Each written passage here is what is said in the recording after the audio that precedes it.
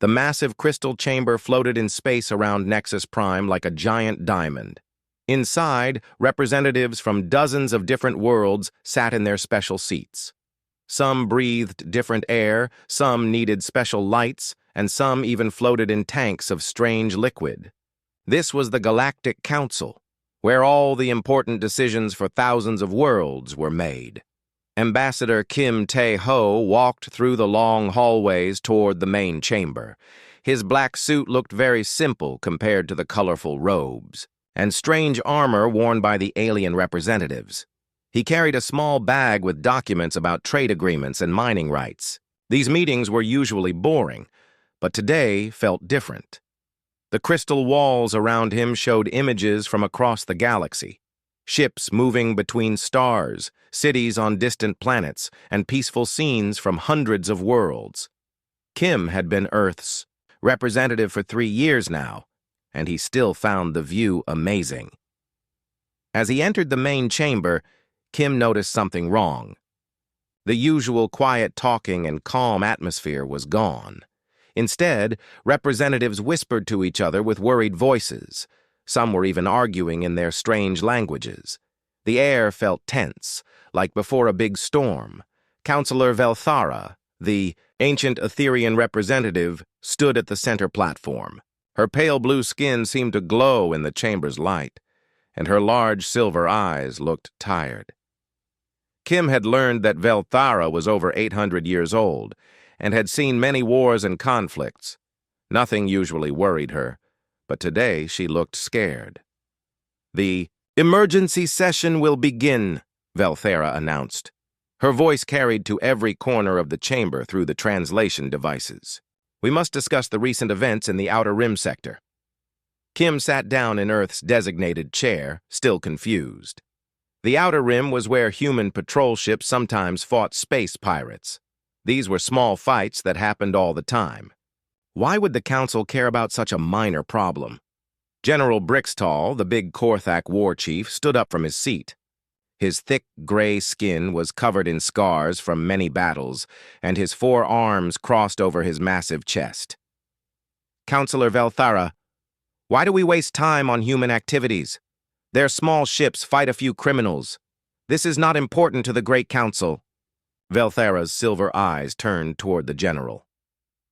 "General Brixtall, perhaps you should see the recordings before you speak."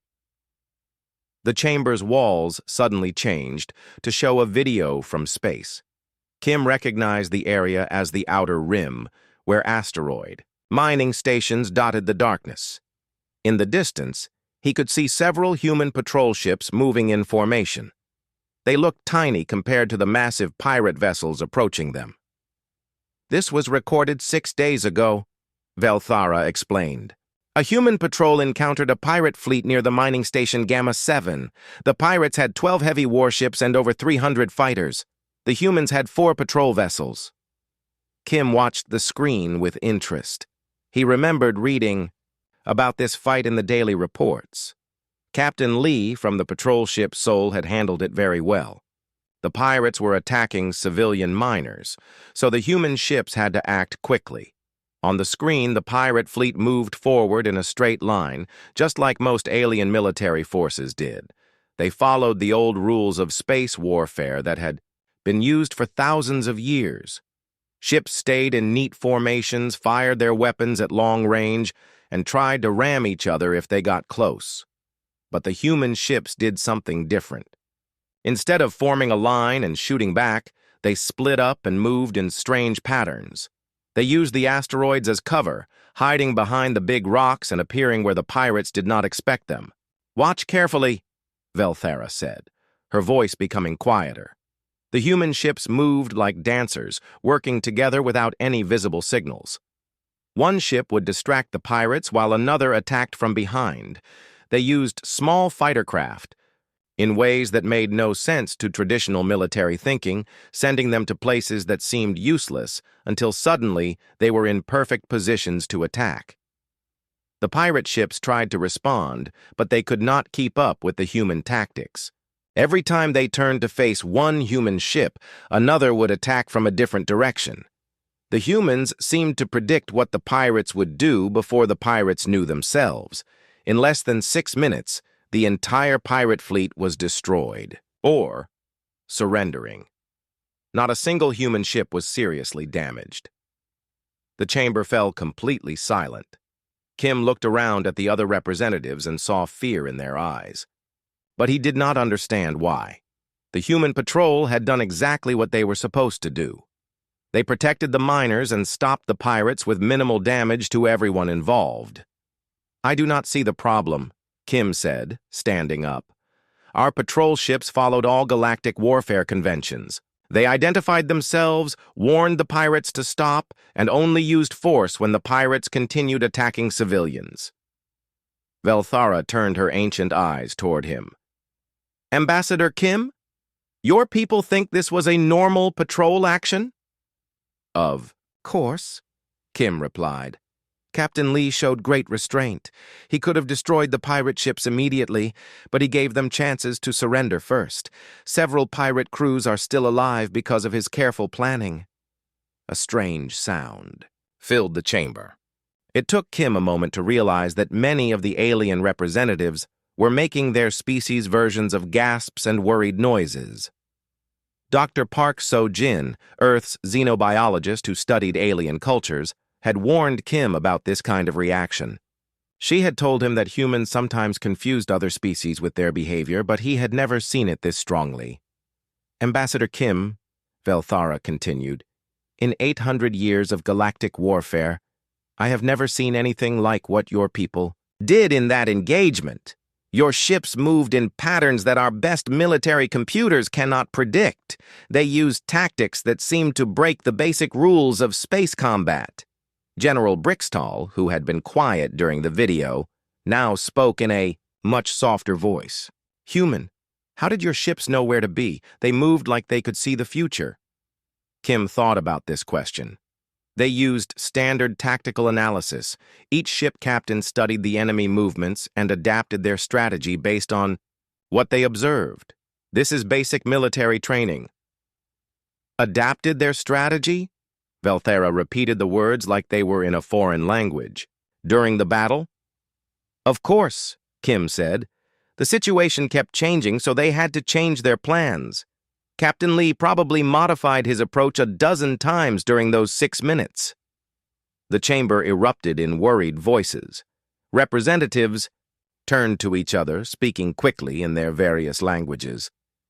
Kim could hear the translation devices working overtime to keep up with all the different conversations.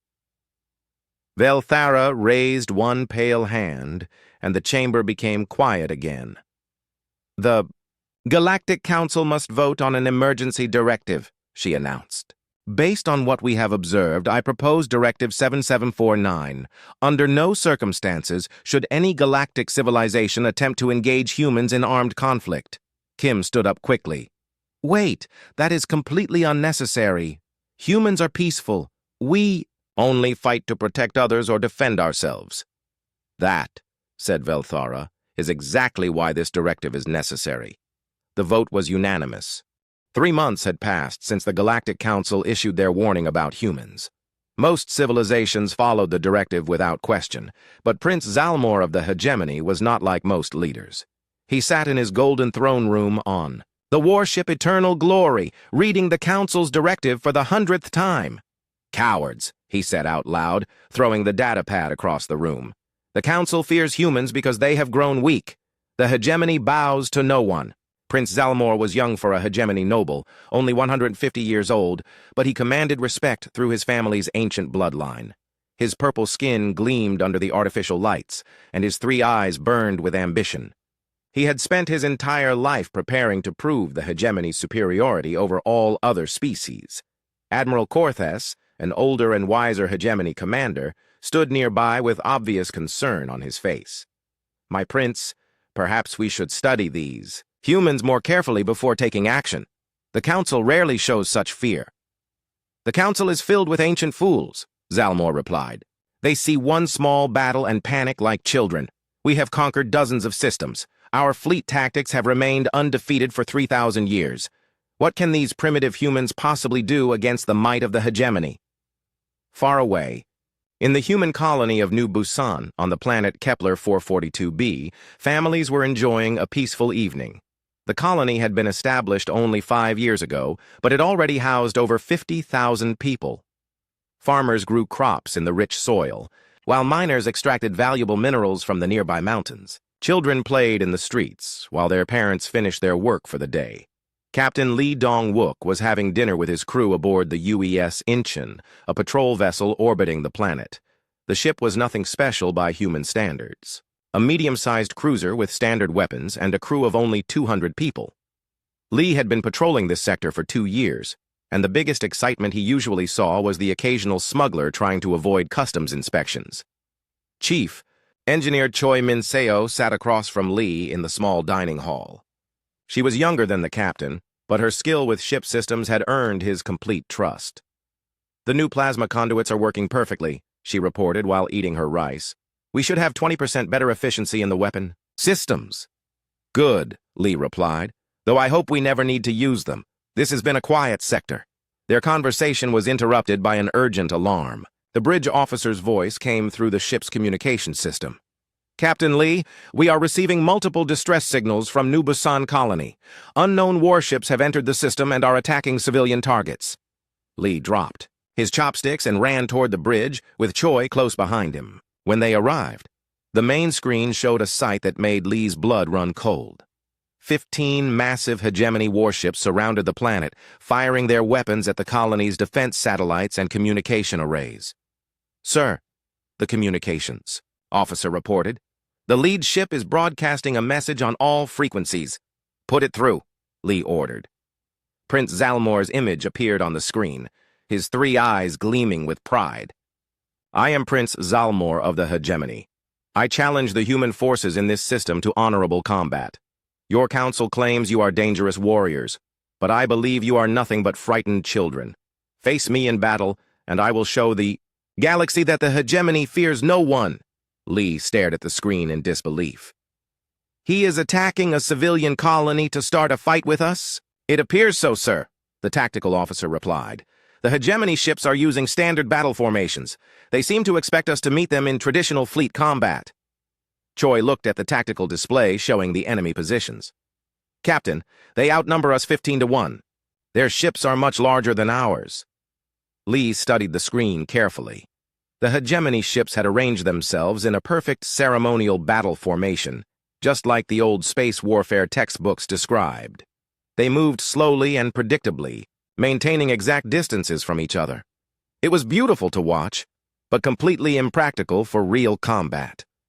"They are fighting like this is some kind of formal duel," Lee said quietly.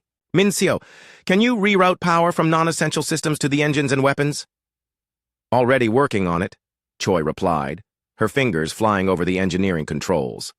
"I can give you 30% more speed and double our weapon output, but it will mean shutting down half the ship's normal functions." "Do it," Lee ordered, "and prepare the emergency repair drones. We are going to need them."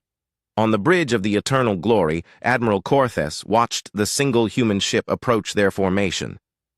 "My prince, they appear to be accepting your challenge, but they have only one vessel." Prince Zalmor laughed. "One ship against 15? These humans are either incredibly brave or incredibly stupid.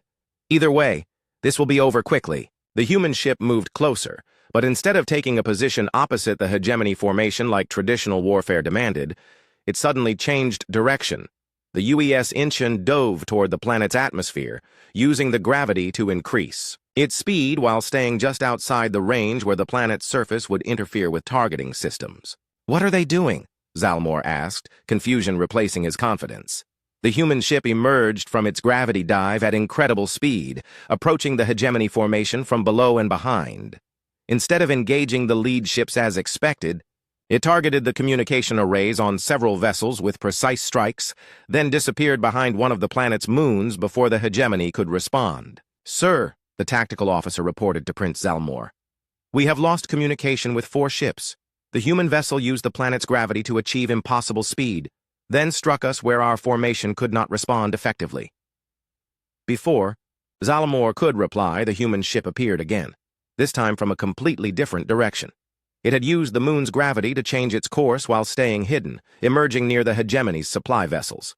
Quick, precise strikes disabled 2 more ships before the UES Incheon vanished into an asteroid field. "This is not how space combat works," Admiral Cortez said, his voice filled with confusion. "They are not following any known tactical doctrine." Choi worked frantically in the engine room, modifying systems in ways that would horrify any engineering instructor. She connected power relays that were never meant to work together, jury-rigged weapon systems to fire in patterns the designers never intended, and somehow managed to increase their shield efficiency by using the ship's waste heat in creative ways. "Captain," she called over the communication system, "I have an idea. If we vent plasma from the engines while firing our main weapons, we can create a false sensor signature. The enemy will think there are 3 ships instead of 1. "Do it," Lee replied immediately. The UES Incheon's next attack came from 3 different directions simultaneously, or at least that was what the hegemony sensors reported. The confused enemy formation tried to respond to multiple threats at once, but every time they turned to face one attack, another would hit them from behind. Prince Zalmor watched in growing horror as his perfect formation fell apart. His ships, designed for ceremonial combat between civilized species, could not cope with an enemy that treated war as a problem to be solved rather than a ritual to be performed. "How?" he whispered, watching his fleet being destroyed by a single human vessel. "How is this possible?" Dr. Yoon Hae-jin stood in front of the largest gathering of alien military experts ever assembled. The conference room on Station Alpha 9 was filled with representatives from 47 different civilizations, all wanting to understand one simple question. How did humans fight so differently from everyone else? The room itself was a marvel of diplomatic engineering. Different sections had various atmospheres, gravity levels, and lighting to accommodate species that had evolved on completely different worlds. Some delegates floated in tanks of methane, while others needed special suits to survive in what humans considered normal air. Observer Quindar, a tall being with gray skin and large black eyes, adjusted his recording equipment. His species, the Watchers, had documented galactic conflicts for over 2,000 years. They prided themselves on understanding all forms of warfare, but human tactics had left them completely puzzled. "Dr. Yoon," Quindar said in his careful translated voice, "we have studied the footage from Prince Zalmor's defeat. Our best military analysts cannot explain what they witnessed. One human ship destroyed 15 hegemony vessels using methods that appear to violate basic strategic principles." Dr. Yoon smiled politely. She was a small woman with kind eyes, but her mind contained decades of research into human military history. The other species saw her as an expert on warfare, but she thought of herself as simply a teacher trying to explain something very basic. "Perhaps we should start with a simple question," Dr. Yoon said. "How did your species develop warfare?" A delegate from the crystalline hierarchy, whose body looked like living diamond, spoke first. "Our wars began when we competed for territory with the Stone Devourers. They were large, slow, and predictable. We learned to build strong defenses and use coordinated attacks. The Aquatic Federation fought the Deep Hunters," added another delegate, speaking through a water-filled translation device. "They attacked in straight lines from the ocean depths. We developed formation swimming and group tactics to surround them." Similar stories came from around the room. Each species had learned warfare by fighting 1 or 2 types of enemies. Their opponents had been dangerous but predictable. Over thousands of years, each civilization had developed military doctrine based on those early conflicts. Dr. Yoon nodded thoughtfully. "And humans? We developed warfare by fighting ourselves." The room fell silent. Observer Quindar leaned forward with interest. "Could you explain this concept?" "For millions of years," Dr. Yoon continued, "the most dangerous threat to any human was another human. We competed for the same food, the same territory, the same resources. But unlike your experiences, our enemies were exactly as intelligent as we were." She activated a holographic display showing Earth's history. Images of ancient human conflicts appeared in the air above the conference table. When one human group developed a new tactic, their enemies would learn to counter it. This forced the first group to develop something even better. Back and forth for countless generations. Commander Nam Ji-woo entered the room at that moment. She was a special operations leader who had volunteered to demonstrate human ground tactics. Her black military uniform was simple compared to the elaborate armor worn by other species warriors, but her calm confidence was unmistakable. "Commander Nam will show you what this evolution produced," Dr. Yoon said. Quindar activated a holographic training scenario that his people had designed. It showed a military base that needed to be captured, defended by the galaxy's most advanced security systems. This scenario was created by our finest strategic minds. It has never been solved in less than 6 hours using conventional methods. Commander Nam studied the hologram for exactly 30 seconds. Then she pointed to 7 different locations around the base. Explosive charges here, here, and here. Diversionary attack from the east. Main assault through the sewage system. Electronic jamming from this position. Mission complete in 18 minutes. The alien delegates stared at her in shock. Military experts who had spent decades studying the scenario watched as Nam casually dismantled their defenses with solutions they had never considered. "How did you identify those weaknesses so quickly?" asked a delegate from the Iron Clans, whose people were famous for their military engineering experience. Nam replied simply, "Humans have been breaking into fortified positions for thousands of years. We know that every defense has weaknesses because humans built it, and humans will try to break it." Dr. Yoon continued her explanation. "Other species learned to fight predictable enemies. You developed excellent tactics for the threats you faced. But humans learned to fight the most adaptable, creative, and intelligent opponents possible. Ourselves." She showed more historical images. "When humans invented the bow and arrow, other humans learned to use shields. When we made better shields, we invented crossbows. When armor improved, we developed firearms. Every human innovation in warfare was immediately tested against other humans who were trying just as hard to win." Sergeant Oh Kyung-ho joined Commander Nam for the next demonstration. He was a ground forces specialist who looked completely ordinary.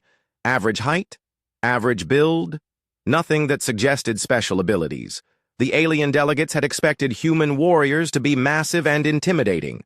Sergeant O will now face a combat scenario designed by all of your military academies working together, Dr. Yoon announced. The holographic environment changed to show a complex battle situation. Enemy forces surrounded Sergeant O's position. He had limited ammunition and no heavy weapons. Traditional military doctrine said the scenario was impossible to win. O looked around the simulated battlefield and immediately started collecting random objects. A broken pipe became a lever. Spilled chemical cleaning supplies became smoke grenades. A damaged communications device was turned into an explosive. Within minutes, he had improvised a dozen different weapons from materials that other species would have ignored. "This is impossible," whispered a delegate from the tech collective. "Those objects were not designed to be weapons. To humans, everything is a potential weapon," Dr. Yoon explained. "We evolved in a world where survival depended on using whatever was available. A rock, a stick, even the ground itself, all can be used strategically." Sergeant O's simulation continued. He used psychological tactics, making noise in one direction while moving in another. He created false signals to confuse the enemy. Most importantly, he changed his strategy every few minutes based on how his opponents responded. "He is rewriting his battle plan in real time," observed Quindar. "Our best generals need hours to modify their strategies. Human children learn this skill in playground games," Commander Nam said. "We call it thinking on your feet. Every human soldier practices it from childhood." The final demonstration showed why human tactics seemed impossible to predict. Dr. Yoon presented the same scenario to 10 different human officers. Each one solved it using completely different methods. No two approaches were alike, and all succeeded. "Your military academies teach students to follow proven strategies," Dr. Yoon explained. "Human training teaches soldiers to forget everything. They know and create new solutions for each unique situation." Observer Quindar reviewed his recordings with growing amazement. "Dr. Yoon, are you saying that every human is trained to think like a general?" "No," she replied with a gentle smile. "We are saying that every human is trained to think like a human fighting another human. That makes us very dangerous opponents for species who fight like they always have." The alien delegates looked around the room at each other, finally understanding why the Galactic Council had issued their warning. Humans did not just fight differently, they fought like no other species could. War Chief Mokhtar of the Savage Clans sat in his crude metal throne, reading the Galactic Council's directive about humans for the 5th time that day.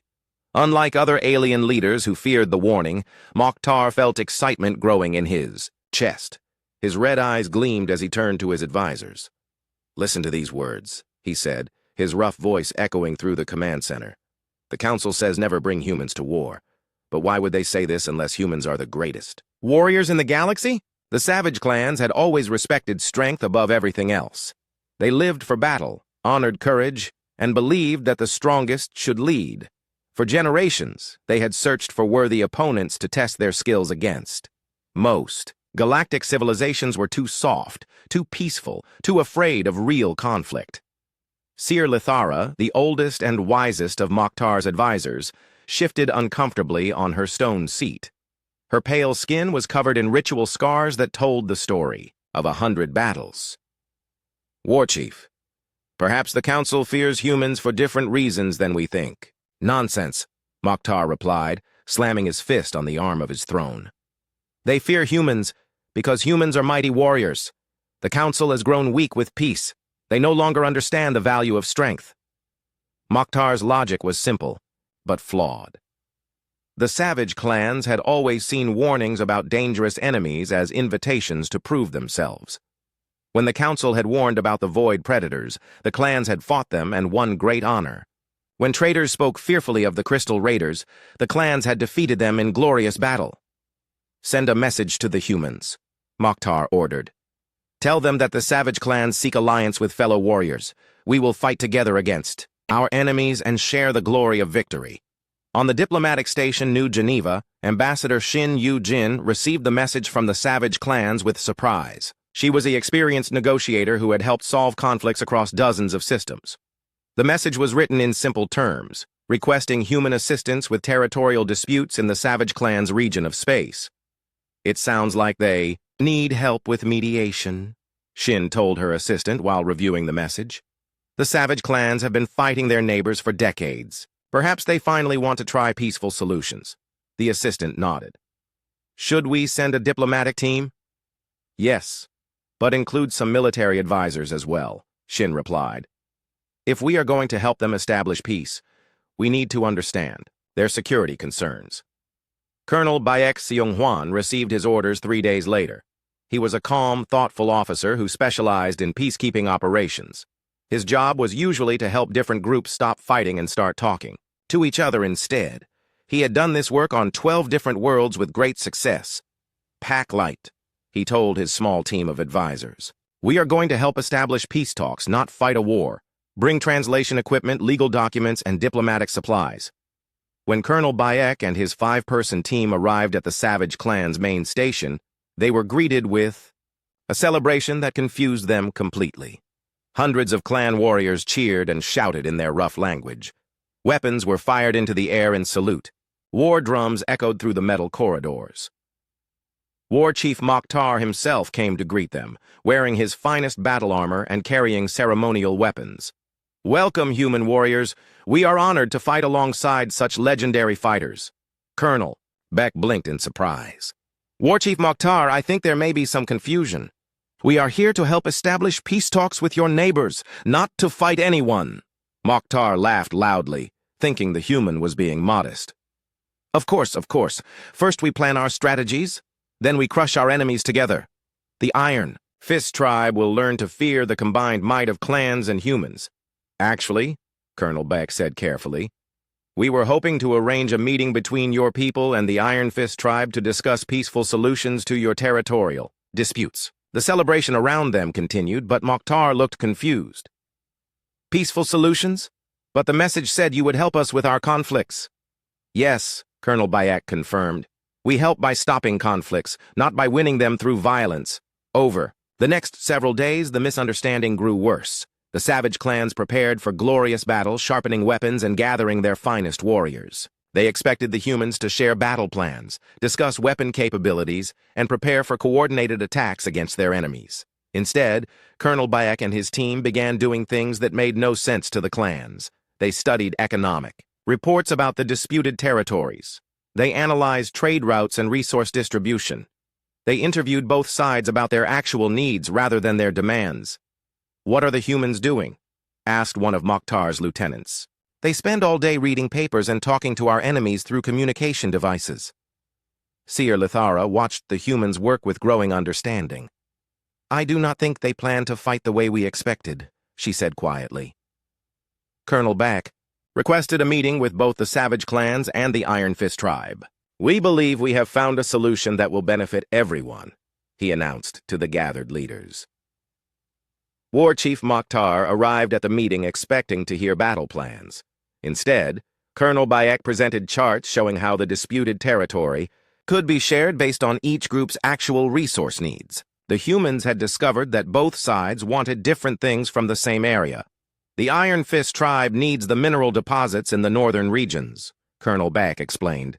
"The Savage clans need the agricultural valleys in the south. You have been fighting over land that you can easily divide." The Iron Fist leaders, who had expected another violent confrontation, listened with amazement as the humans proposed trade agreements instead of battle plans. The Savage clans could provide food in exchange for processed metals. Both groups would profit more from cooperation than from endless fighting. "But what about the glory of victory?" Mokhtar asked, still confused by this strange approach.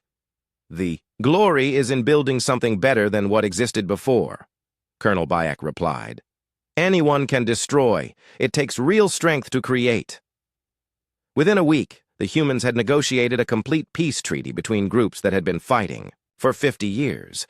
They did this without firing a single shot or threatening anyone with violence. The Iron Fist tribe and Savage clans signed agreements that made both sides richer and safer than they had ever been. Seer Lithara finally understood what she had been watching. "War Chief," she said to Mokhtar after the humans had left, "they did not help us win the war." "What do you mean?" Mokhtar asked. "They ended the war entirely," she replied. "They turned our enemies into allies. They made conflict impossible by removing the reasons for fighting." Mokhtar sat in silence, thinking about what had happened. The humans had achieved something the Savage clans had never imagined. Victory so complete that the enemy no longer existed. Not because they had been destroyed, but because they had become friends. "Seer Lithara," he said slowly, "I begin to understand why the Galactic Council issued their warning." "Yes," she agreed. "They were not warning others to stay away from human warriors. They were warning others not to ask humans to solve their problems. Because humans do not just win wars," Mokhtar said, finally grasping the truth. "They make wars unnecessary." The realization sent chills through the war chief's massive frame. An enemy who could be defeated was still an enemy. But humans did something far more terrifying. They turned enemies into something else entirely. The emergency session of the Galactic Council felt different from any meeting in their 1,000-year history. Fear filled the crystal chamber like a thick fog. Representatives from every major civilization sat in their special seats, but none of them spoke above whispers. The reason for their terror was simple. The Devourers had returned. Counselor Prime Zenthal, the ancient leader of the council, stood at the center platform with data pads scattered around him. His normally calm blue skin had turned pale gray, with worry. Behind him, holographic displays showed the destruction that had already begun at the galaxy's edge. "The outer colonies of Sector 47 are gone," he announced to the silent chamber.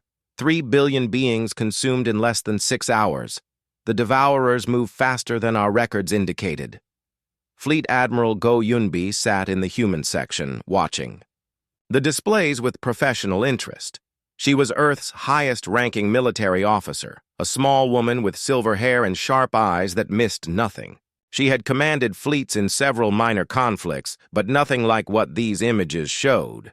The Devourers were not like any normal enemy. They did not want territory or resources or political control. They consumed entire worlds, turning planets into empty shells and using the energy to build more of their strange living ships. 1,000 years ago, the galaxy had barely survived their last visit. Our greatest military fleets cannot stop them, continued Zenthal. Traditional weapons do no damage to their bioships. Conventional tactics fail because they do not think like normal beings. They are a force of pure consumption. Captain Ro J. Sung, Admiral Go's most trusted officer, leaned forward in his seat. He was a veteran who had fought pirates and rebels across human space, but the footage from the Devourer attacks showed something beyond his experience. Ships that looked like giant insects, eating starships whole and growing larger with each meal. The Overmind, an ancient intelligence that rarely spoke in council sessions, activated its communication system. When it spoke, its voice carried the weight of millions of years. Young species, you do not understand what approach is. The Devourers are not conquerors.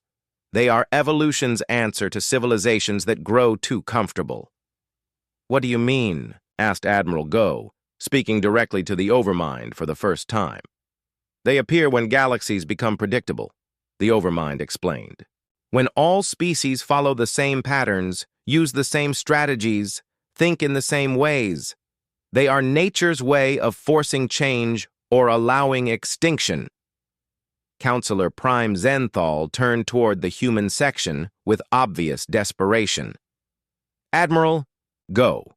The Council formally requests human military assistance. We know of your directive, but these are exceptional circumstances.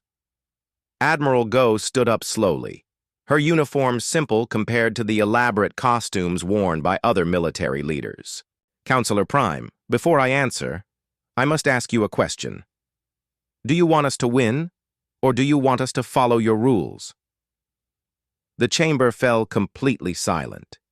Every representative understood the meaning behind her words. Human military doctrine did not fit into traditional galactic warfare. If they wanted human help, they would have to accept human methods. We want you to win, Zenthal replied after a long pause. Then you need to understand what that means, Admiral Go said. When humans go to war, we do not fight to achieve temporary victory. We fight to solve the problem permanently. Captain Ro accessed his datapad and began reviewing everything the Council had shared about the Devourers. Admiral, their bioships adapt to whatever weapons we use against them.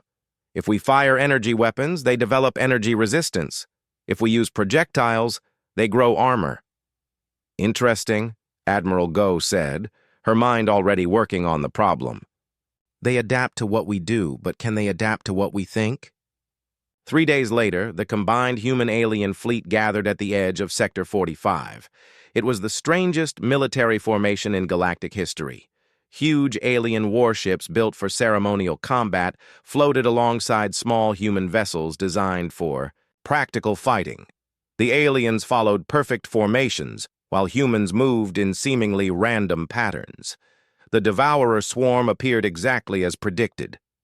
Hundreds of bioships that looked like flying nightmares emerged from the darkness between stars. They moved with purpose, heading directly toward the nearest inhabited system where billions of beings waited helplessly. Traditional galactic fleets would have formed battle lines and engaged the enemy with coordinated fire. Instead, Captain Ro led the human ships in a completely different direction, toward what appeared to be empty space. Captain Ro, the enemy is over there, called an alien fleet commander through the communication system. No, Ro replied calmly. The enemy is everywhere. What you see are just their tools. The human strategy became clear as the battle began. Instead of fighting the bioships directly, they attacked the Devourer's ability to think as a group. Using precisely coordinated electronic warfare, they disrupted the connections between individual bioships and their central controlling intelligence. When the bioships tried to adapt to human weapons, they found themselves adapting to different attacks simultaneously. One ship would develop energy resistance, just as another was hit with kinetic projectiles.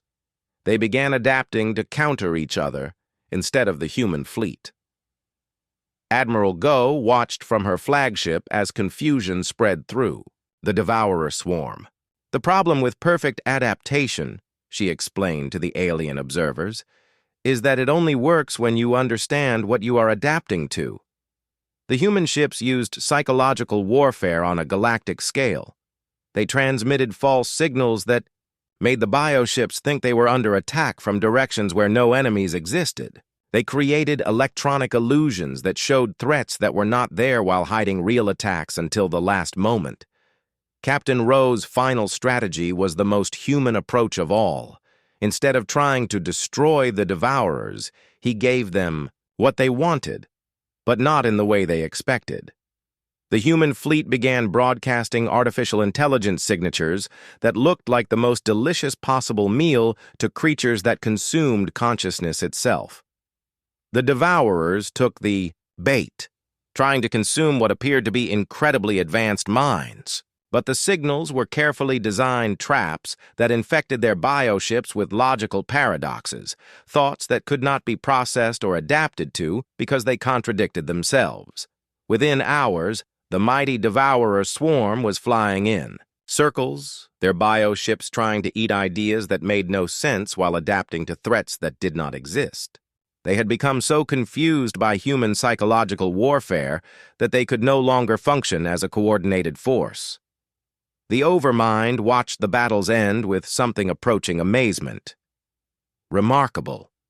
You did not defeat the Devourers through superior force. No, Admiral Go confirmed. We defeated them by being unpredictable. They could not adapt to chaos. Counselor Prime Zenthal approached Admiral Go after the Devourer fleet had finally retreated into the space between galaxies. Admiral, the Council owes humanity a great debt. How can we repay you? Admiral Go smiled sadly. By understanding what you have done. You have asked Earth's children to become the galaxy's guardians. Every time there is a threat that normal military forces cannot handle, you will call on us. Is that such a terrible burden? Zenthal asked. It means humans will never have peace, Captain Rowe replied. We will always be the ones who solve the impossible problems. The Overmind's ancient voice filled the chamber one final time. The Galactic Council's directive was never about protecting other species from humans. It was about protecting humans from being asked to save everyone else. Admiral Go nodded. The directive will be amended. Never bring humans to war, unless you are prepared for them to end it permanently. As the human fleet prepared to return home, every species in the galaxy finally understood the true meaning of the Council's warning. Humans were not dangerous because they were violent. They were dangerous because they were the only species that could solve problems no one else could even understand.